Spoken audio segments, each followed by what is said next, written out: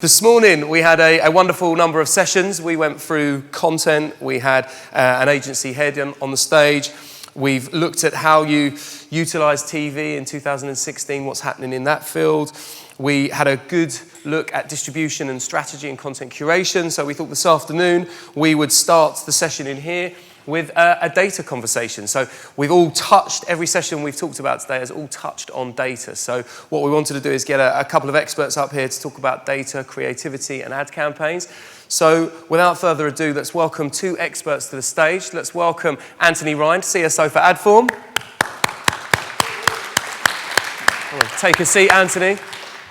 And the wonderful Michael Bayler, strategist and author, who is going to give him a little conversation and hopefully cause a bit of thought-provoking moments for us. Yeah, thank you. Have we got sound? Well done.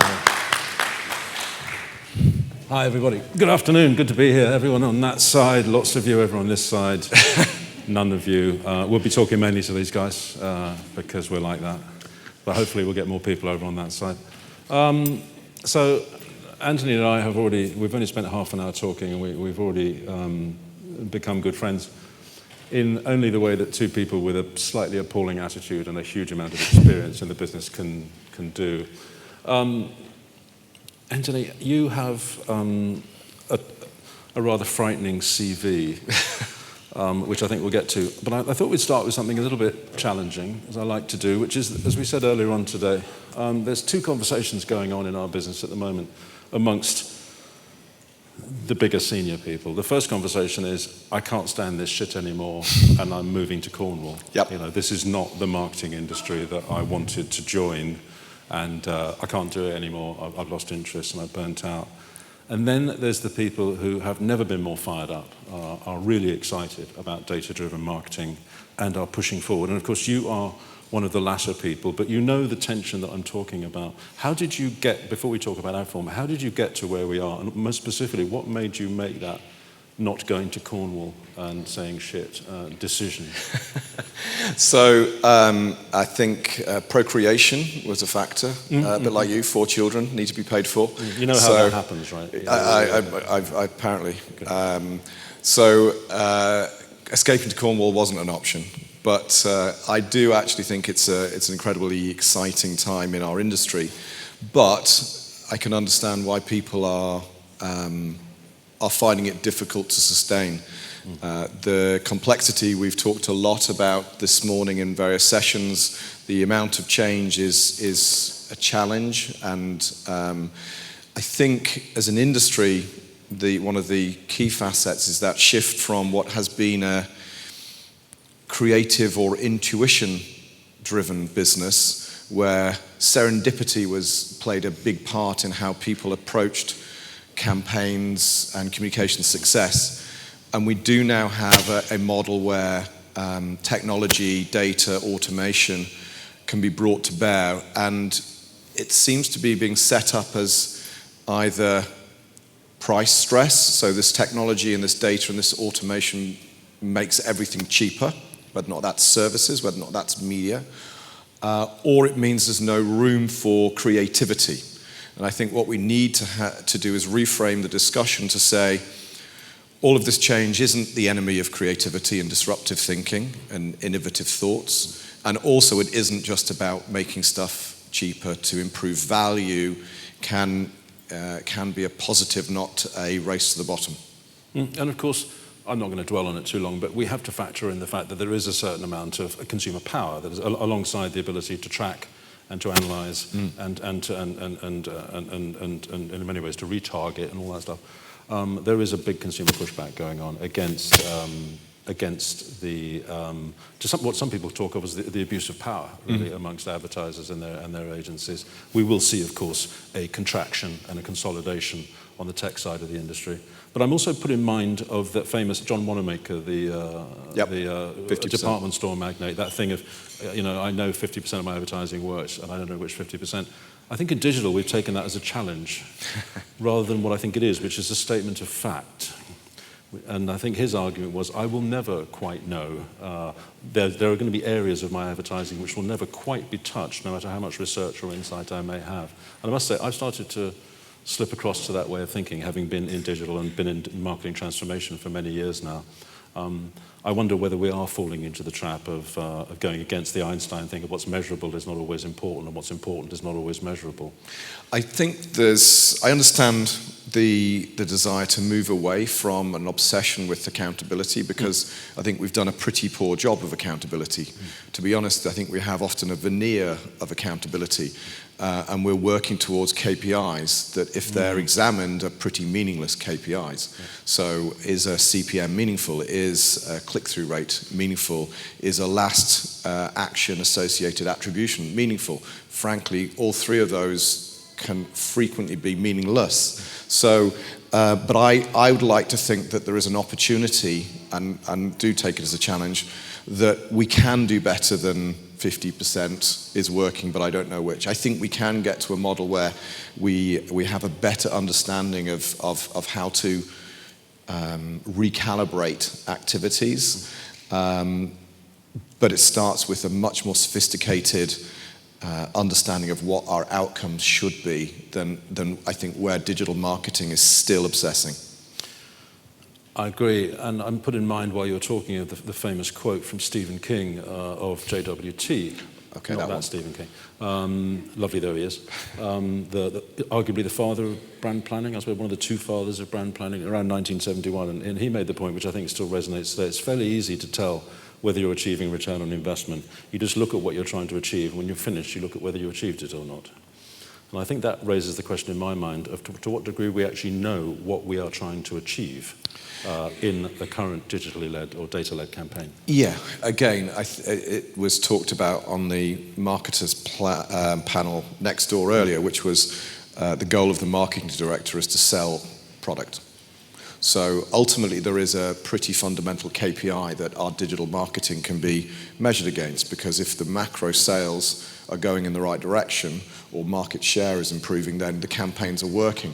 But I do think there is a hierarchy of data points underneath that can still be important to us. And I think there is an opportunity for finding proxies and fast data, whether or not it's campaign level, whether or not it's consumer level. Social data is something that, again, has relatively poorly been used as a KPI in many instances. Is alike meaningful, depends who it is, etc. But I still think we can take an approach that is trying to find more empiricism to what we do than making it just about where I'm at the end of the process and have I sold more units. And I would actually, I'm sure you'd be the first person to, if not agree, then certainly acknowledge the point that hopefully the job of the marketing director is to do more than sell product. It's actually to sell product while maintaining equity. And I think one of the challenges we're seeing with digital is, in many senses, it does actually enable us to achieve, clear eyeballs, a certain amount of engagement. But whether or not it actually builds brand equity, I think is a huge challenge. Well, some of the more mature brand marketers that I know are really raising questions around that at the moment. It goes to your point a minute ago of the consumer stakeholders and their attitude to digital marketing. And I think it's probably fair to say that not many people, when asked, say advertising, it makes their life better, but they invariably can name many campaigns they like in an historical advertising context. I think digital is further away from that than any other channel. Apart from maybe some of the radio ads are pretty annoying too. But unfortunately, an awful lot of digital marketing, digital advertising is not in any way engaging, and the tactics of high frequency and aggressive retargeting are not building any sense of positive utility, either through, this is giving me a service, because frankly I'm being retargeted 3 weeks after I've already bought the product that I searched for, or the ads are not entertaining. So there's neither a functional or a entertainment utility in a lot of digital marketing, and that's a problem. That's right. If it's not functional, not entertaining, what's it doing? Why are we here? So how did you get to here? Because I want to know how you ended up. I will talk a bit about Adform in a second, because I think that's important, because I think Adform is actually starting to try to solve some of the problems that we're talking about here. But how did you, as a big player in media, get here? Give us a quick snapshot of where you started. So snapshot, like and many people, it's lovely alumni out there. It's lovely meeting people from the early 90s. Some of them in here, by the way. Some of them are in here. Not many. The ones that know me are not in here. But I started early 90s as a planner buyer, which was a great way of understanding the simple principles of targeting audience, thinking about placement, thinking about frequency and sales cycles, and turning that into the most compelling utilization of the budget, so the client would buy that service, the agency sales model, essentially. And went through the various roles of being a strategist, understanding consumers again, selling to clients to convince them that we were the right partner. And in about 2000, I was running the Vodafone account in the UK, and we had so much money to spend, because mobile telephones was obviously a massive category, that I think I had to start my Christmas campaign in October, because I had no more media I could buy. But I wasn't obviously going to tell the client to spend any less, because it's not the agency business model. But digital was beginning to emerge, and I realized that I really didn't understand it, so I decided to move to digital. And but with a planner's mindset, I hope. And so for many years, that was simply convincing clients and all media strategists why they needed to use digital, because I knew a lot about the non-digital world. It took me deeper and deeper into digital and made me really think it's really exciting what we can do with the devices that are proliferating around us when they're used intelligently. And when they're used intelligently is when there is a utilization of data and some attempt to understand the consumer's situation and how that will relate to the campaign and the outcomes of the campaign. And so the whole data-driven programmatic world that allowed actionability of insights in a way that really hasn't been possible before a programmatic model, where you had to buy all of the audience against a certain placement. The idea of a flexible inventory marketplace meant that actionability of insights was really possible in a way that it never had been before. Previously, you'd looked at the index of a vehicle or a day part to deliver your audience, and you bought that accepting the wastage. And of course, wastage isn't always wastage, because you're building a context of brand awareness and long-term understanding, saliency, potentially intent. But there still is there's a logic to a degree of targeting. And so I got very excited about how digital could do this, and that's what prompted me to get deeper and deeper into talking about the technology and trying to chart routes for clients in agency world to have a more data and technology enabled component of their channel planning and implementation. But I think all the time aware that there is a challenge, because the technology is still immature, the data is still limited and not particularly fluid in its ability to be utilized, but still we can take steps.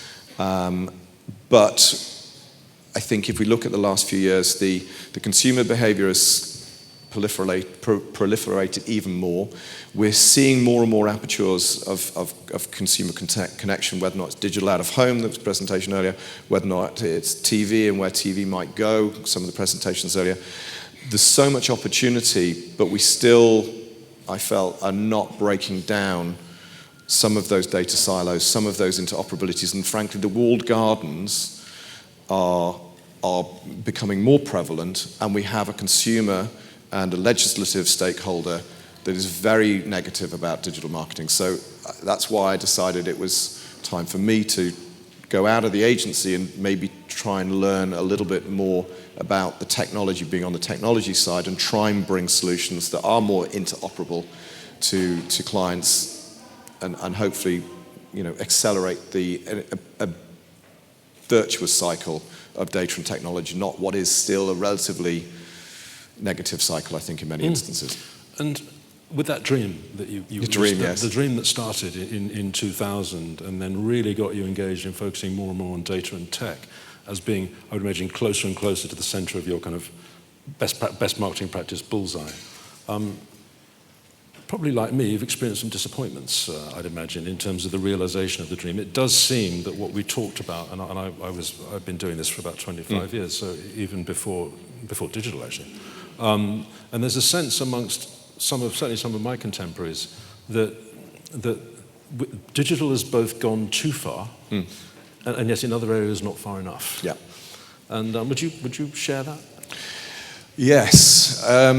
So Randall Rothenberg, I'm sure you know him, spoke last week, and he talked about the schism of media and creative as the original sin of our industry. And I think it's a very nice way of thinking about what has been a relatively long-term divorce that I think is really not sustainable. And if we're going to create a better marketing proposition that consumers and legislators are going to tolerate, we've got to think about people's experiences a lot more. And the first component of experience is the creative. So everything that we're doing in digital has to be intrinsically associated with the experience, which is defined as the creative, because the targeting isn't perceived by the consumer unless it's really annoying frequency. So you would see the creative as being the primary driver of the experience? I would, absolutely, yes. So the creative is the primary experience. The environment, I would suggest, is the second driver. Certainly if we're talking about messaging, then I would entirely agree. But as more and more brands begin to understand the need to move into service elements of their communications and actually create upfront value for consumers, I would argue that the planning and the choice of technology and the creative really need to come together. And I think for me, I feel this word experience is becoming overused, because there's an idea that somehow by messaging the consumer we can create a great experience for them. But increasingly, I think the more intelligent people in the space are realizing that takes the form of a service, of an empowering and enabling service. Again, so I've used the word utility, which does connect to that. I suppose what I'm trying to point out is, yes, we've got to be extremely considered in determining what devices and what experiences we're going to develop for those devices to reflect the brand and the consumer. But the consumers take that for granted. It's pretty much, it's not in the front of their understanding or care, really. Yeah.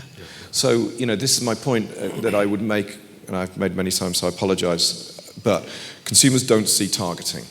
So all of this time and technology and investment we're spending on targeting is certainly not a positive if we don't make what we put in front of them relevant to them. Whether or not we call it creative, whether or not we call it a service, whether or not we call it an application, doesn't really matter. Ultimately, what we put in front of them has got to demonstrate that it's going to add value to them, whether or not, as I say, functionally or entertainment-wise. That's the outcome, and that's been separated, and we've got to pull that back together. And I think in the agency structures, again, the scale of the agency groups and the diversity of specializations inside the groups is a problem to creating that connected experience that success for consumers requires. Now, there are moves in the agency world. So there's obviously the Havas Village, there's Publicis Group with their restructure, there's the operating model in Dentsu Aegis. So I think all of the groups have recognized it, but it's a challenge to restructure these groups that comprise of many thousands of people, all with individual KPIs that will dictate whether or not they go home at the end of the year with a bonus or not. So it's difficult to unpick the structures of our industry. Likewise on the client side. The clients' beauty parades and the pitches will make people demonstrate amazing insights and a brilliant capability to work. But then the other side of it is how cheaply will they price to win that work. And so the two things are not easy to reconcile.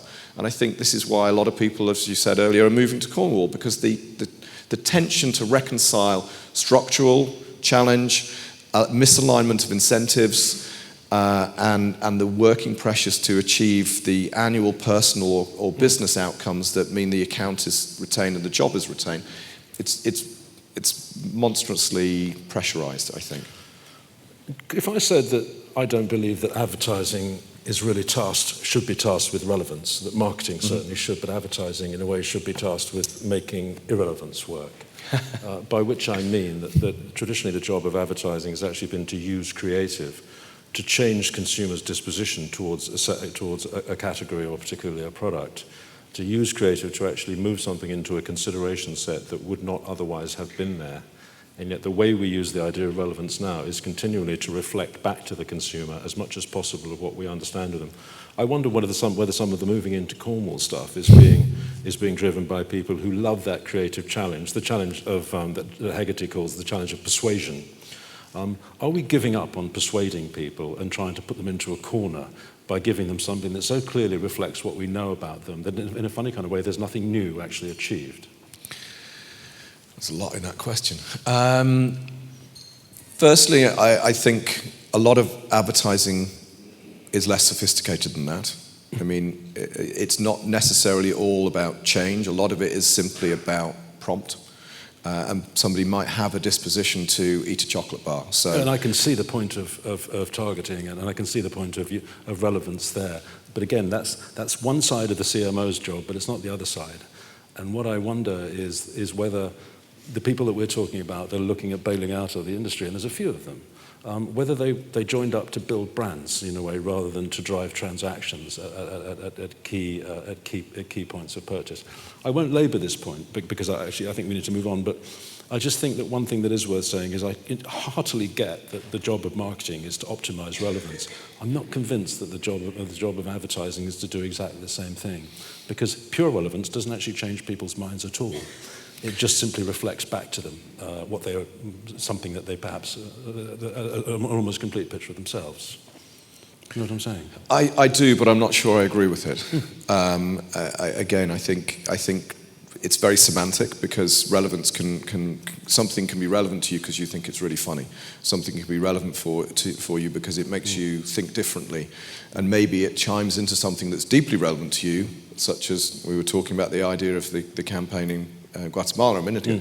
That's disruptive, but it's tapping into a relevance about your human emotions because you care about children. So I think it's very semantic to separate those two things. I do think that needs to be looked at quite closely, though, going forward, because I think a lot of crap is actually being farmed out to consumers and driving ad blocking behaviour under the banner of relevance, which in fact is a very fine line between absolutely sharp-end relevance and utter intrusion, and in a funny kind of way, irrelevance. It's a tricky one, and I won't dwell on it. But talk to me about. So you've come into Adform. You're operating. You're in there as chief strategy officer. What did you see that got you excited about their doing? Because I would imagine before you joined them, some of your dream perhaps had become a bit tarnished.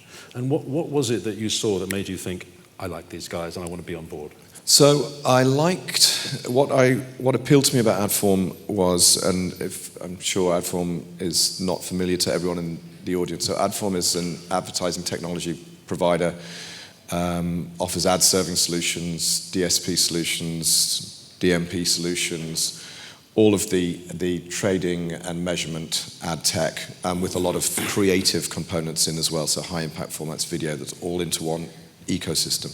So what appealed to me was that it was a broad solution to many of the things that I was aware of, the friction of single solutions connecting. Another thing I liked about them is that as a company, their business model is technology only. So many companies that are selling advertising technology are also selling media and owning media, Google and DoubleClick being a very obvious example. And I'm not sure that's always going to lead to the best outcomes. So the independence and clarity of the business model being around technology, not media, I think was appealing to me.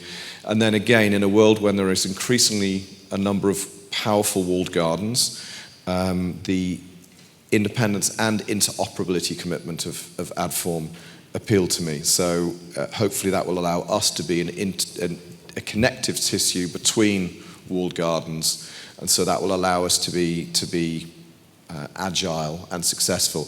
And then the final point was that it's a European company, which, given all of the pressure on data privacy in Europe, is important, and it's 750 people who are mostly engineers. So it's a scale company with a broad solution set that I believe can deliver a lot towards that vision of a pervasive data set that can be enriched and can be activated. Back to your point about, I think we talked about this earlier on, the shift from classic advertising and media metrics across to more business-focused KPIs, I want to introduce another element to the conversation, which I think we've both directly or indirectly been involved in big marketing transformation programs on big brands. Myself, particularly with Unilever, but also earlier with Diageo and Bacardi back in the day. How does the Adform solution stack up? A lot of these people, I don't know, like Unilever famously, are building big marketing platforms. They have their Avinash program, which I've had some involvement with in the past. How does a proposition like Adform stack up? Do they look at it and go, should we be bringing this in-house? Or do they just say, need you to talk to my media agency and you know who that is? I think the reality, again, is coming off stage, both rooms, is that there is no one model anymore. So for very, very sound reasons, the majority of advertisers, I think, will continue to rely on their portfolio of agencies to manage technology decisions and ensure that data from their bought placements, their owned environments, and the social context are harnessed and utilized through a system of marketplace solutions that the agency advocates for.